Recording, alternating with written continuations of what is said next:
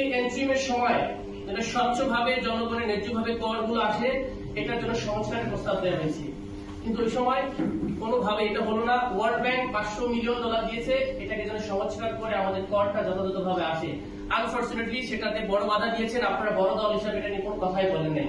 যে এখন আপনি যে এনবিআর কে বাজেট দিয়েছেন 6 লক্ষ প্লাস কোটি টাকা এবং আয় কর করবেন 6,95 কোটি টাকা, সেটা কোনোভাবেই কিন্তু এটা আয় করা সম্ভব নয়। আমরা লাস্ট বাজেট পর্যন্ত দেখেছি আমরা 3,30,000 কোটি টাকা এখন পর্যন্ত উৎসব হয়েছে।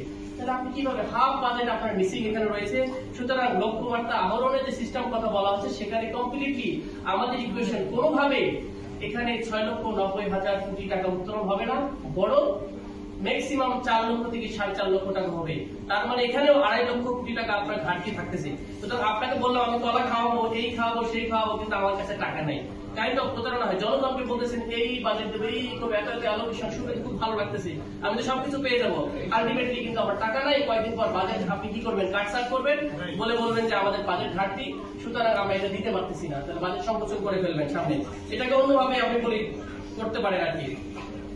3 নম্বর যেটা আছে বাজেট ঘাটতির সাথে যে ব্যাংক ঋণের একটা ইস্যু আছে, দেখবেন আপনারা আয়ের সোর্সের ক্ষেত্রে এটাকে বলে ক্রাউডিং আউট অফ, এটা ইফেক্ট আছে। এটা একটা সিস্টেম হলো আমরা বলছি 2 জায়গা থেকে ব্যাংকিং ঋণ নিব আমরা। হ্যাঁ, কোথা থেকে ঋণ নেবেন? একটা হচ্ছে ইন্টারনাল, একটা হচ্ছে এক্সটার্নাল। আপনারা জানেন কি না আমাদের কিন্তু প্রায় 10 লক্ষর অধিক কোটি টাকা বৈদেশিক ঋণ রয়েছে। আর এখানে লোকালি হচ্ছে 8 লক্ষ কোটি টাকা ঋণ ব্যাংকিং সেক্টর থেকে নিয়েছেন। এটা যদি আবার 1 লক্ষ বাড়ে, এখন প্রায় 1 লক্ষ 12 আর 1 লক্ষ সামথিং, এই যে আবার 19-20 লক্ষ কোটি টাকা আপনি ঋণ নিলেন। এইভাবে যদি ঋণ একটা নিয়ে থাকেন, তাহলে ইন্টারনাল ব্যাংকগুলোর অবস্থা আপনি দেখেন। ব্যাংক ক্লিনিক্যালি অনেকগুলো ব্যাংক ডেট হয়ে গেছে। এক্সিম ব্যাংক বলে অনেক বেসলাইন ব্যাংক, সব ব্যাংকে মোটামুটি টাকা নাই, শূন্য অবস্থা, সংস্কার করেন নাই, বড় ব্যাংক রেগুলেশন করে এসআলকে দেওয়ার মতো কাজ ঘটেছে।